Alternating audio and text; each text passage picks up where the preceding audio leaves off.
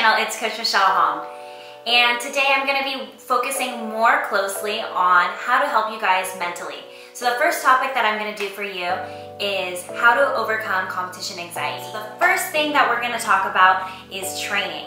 You want to make sure that you're so prepared that when the day of the competition comes, your program is going to be so simple. It's going to be like that. So your training plan is so important. You have to develop your program early on in the season. So if you're competing in May and June, then you definitely want to start your program all the way in January, February. So that's what I like to do. Right after Christmas time, I prepare music ideas with my students and I have them figure out what their costuming is way early on, so that stuff does not get involved with your training. And then leading up to the competition, I want them to train really hard and I have them run through their programs over and over again once they have all their elements choreographed into their routine and all of that great stuff. So the second thing that I'm gonna have them prepare for is their routine. The day of the competition routine is so key. Do you have your costume ready? Do you have your makeup ready?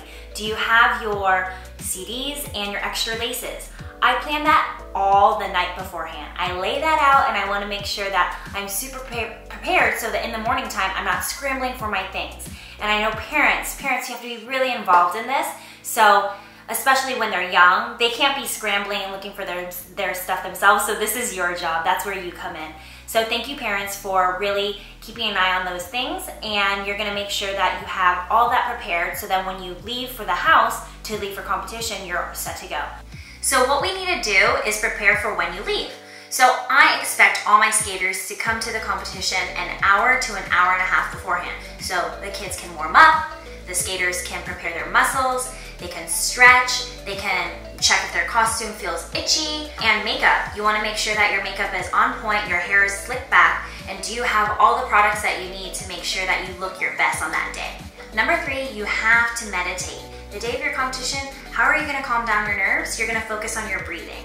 So I have my skaters close their eyes, they're gonna breathe in through their nose and out through their mouth.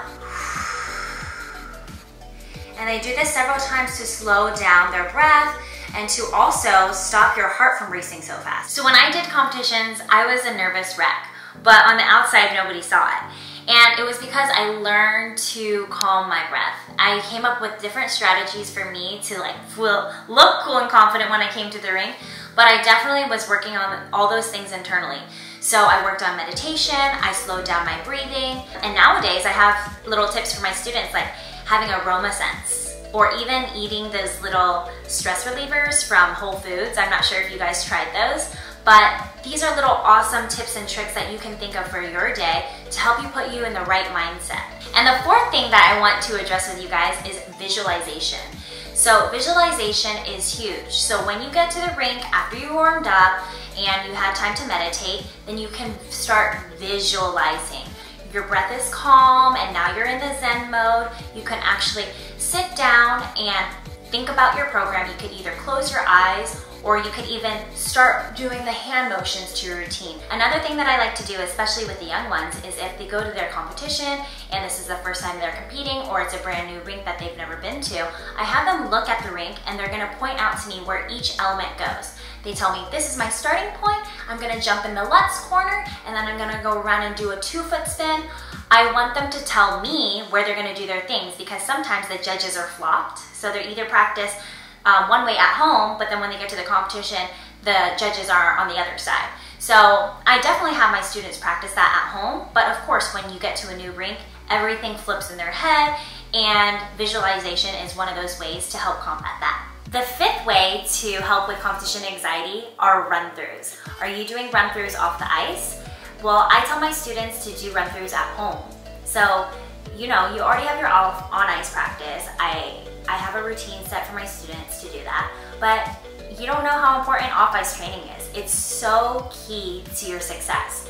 If you're practicing at home, then you have that innate ability to remember every single element in your routine and you feel every single beat of that music.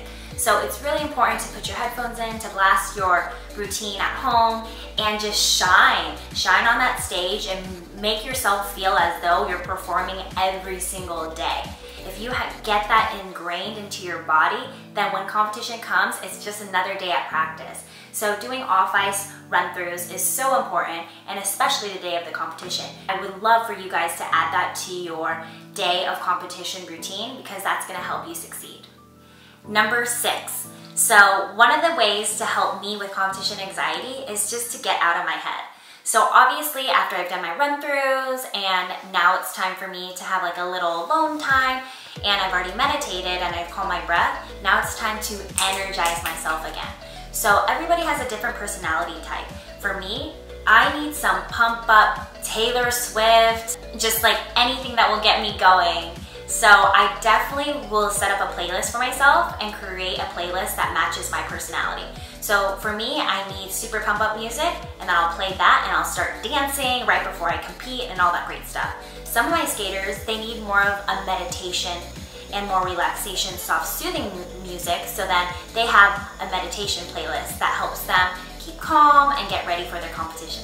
The next way that I help my students overcome competition anxiety is to instill positive affirmations within themselves. So I can tell you, you're beautiful, your program's amazing, that jump is so awesome.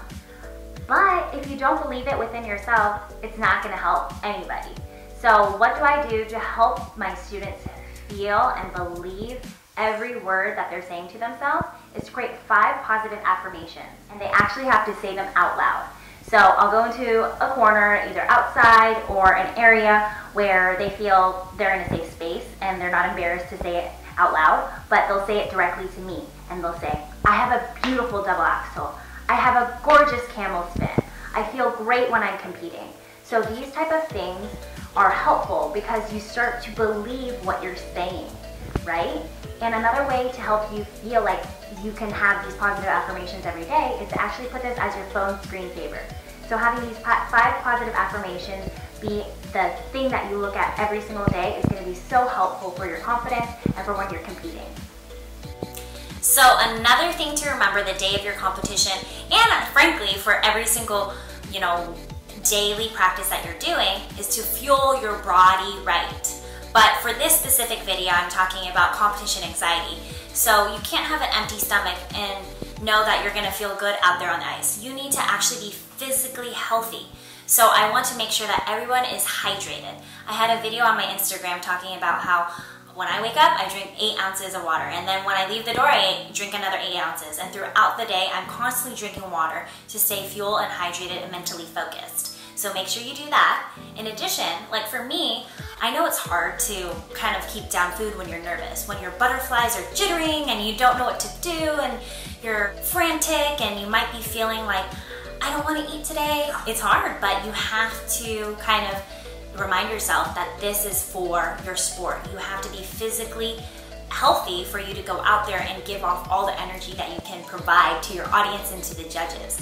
So what I did when I was growing up competing, even though I didn't have an appetite to eat, I would try to think of foods that will keep down and would be easy for me to digest. So things like yogurt, bananas, protein smoothies, string cheese. Those were simple ways for me to stay fueled, but also not feel like I was gonna kind of, regurgitate it because I was so nervous. That happens to people sometimes.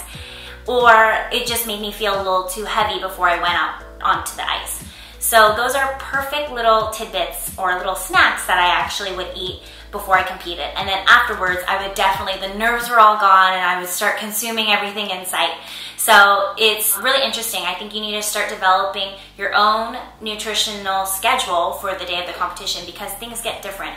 You feel different that day, but you have to kind of remind yourself that you still need to be physically healthy. One of the other things that I like to tell my students to do is to prepare by doing a dress rehearsal. So if you simulate all those nerves and all the anxiety that happens the day of a competition a week beforehand by wearing your costume, by doing a 5-minute warm-up, and having me, I'm kind of scary when I'm coaching. My students are a little afraid of me. So it's a perfect opportunity for them to simulate competition.